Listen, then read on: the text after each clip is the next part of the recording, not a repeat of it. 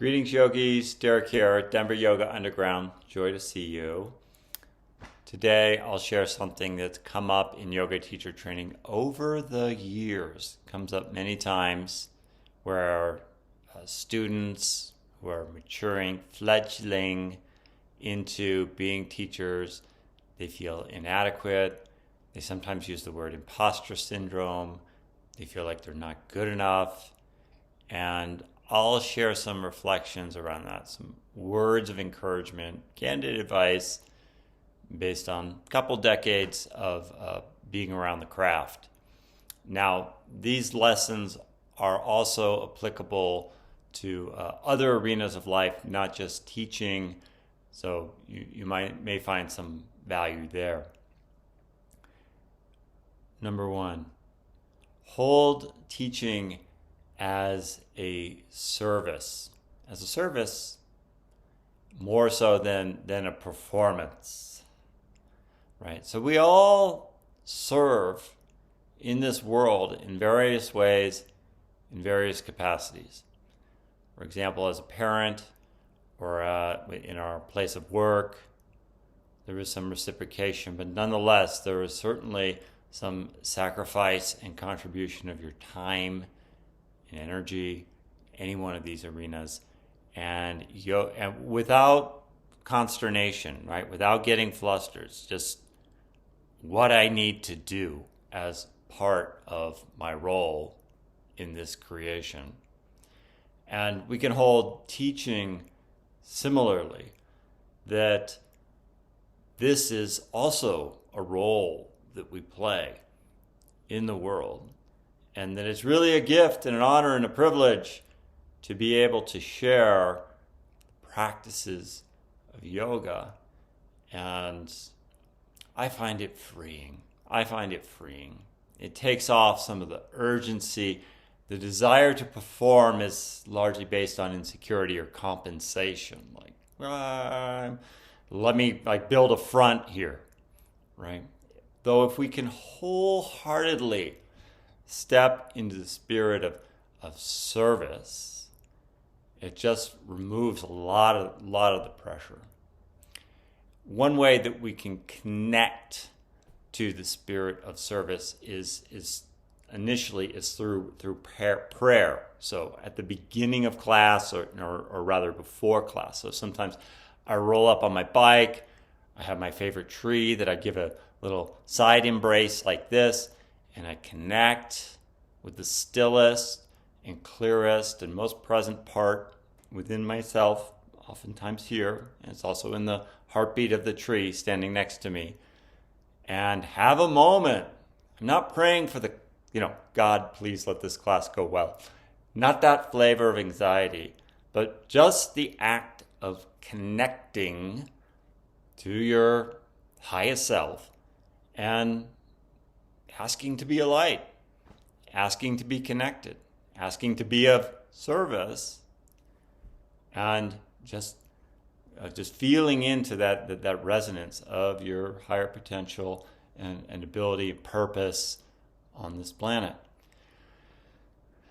That helps. Now, another form of this, if for some reason there's no tree to embrace, you can find yourself a nice wall and do legs up the wall pose like that, and put your hands on your belly and spend a few moments regulating, connecting with your breath, and start to seed subliminal or trance-like conversation with yourself.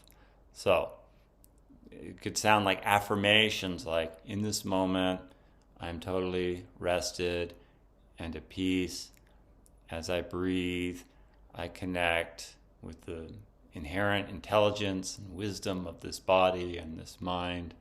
Now is a moment of complete renewal and generating the seeds of insight.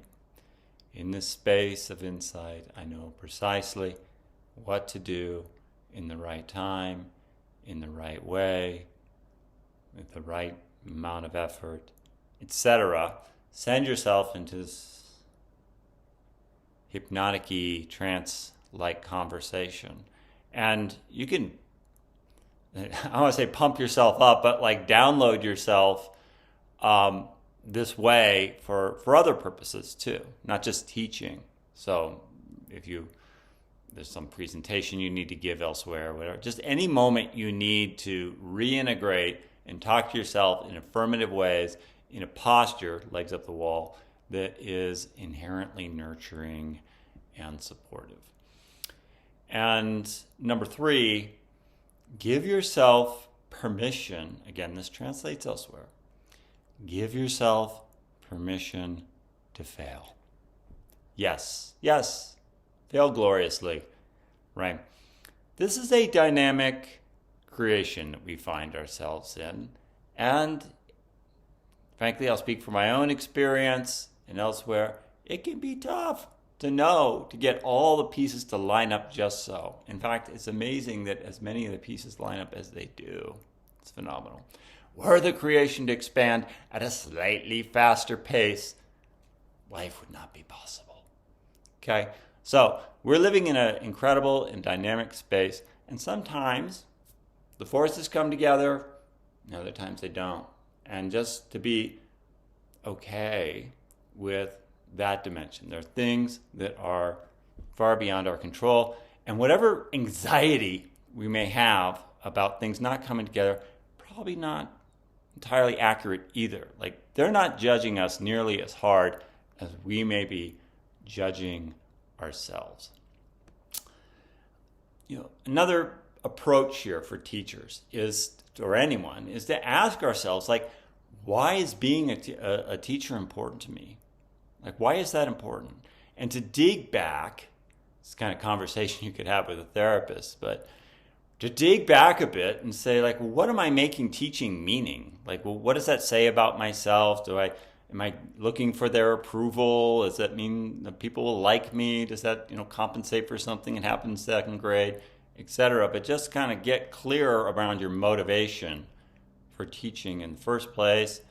And at that point, lean into advice point number 1, teach as an act of service. And that'll kind of untie a bit of the knots of insecurity that may be wed into historical events. And number now, sort out how much you can actually be a student, right? Student is the foundation from which we teach. Imposter syndrome may stem from this, right? Like, we don't have a bottom to stand on. We're not practicing. It makes it harder to stand in front of the room and teach. It just does. So that's an honest accounting.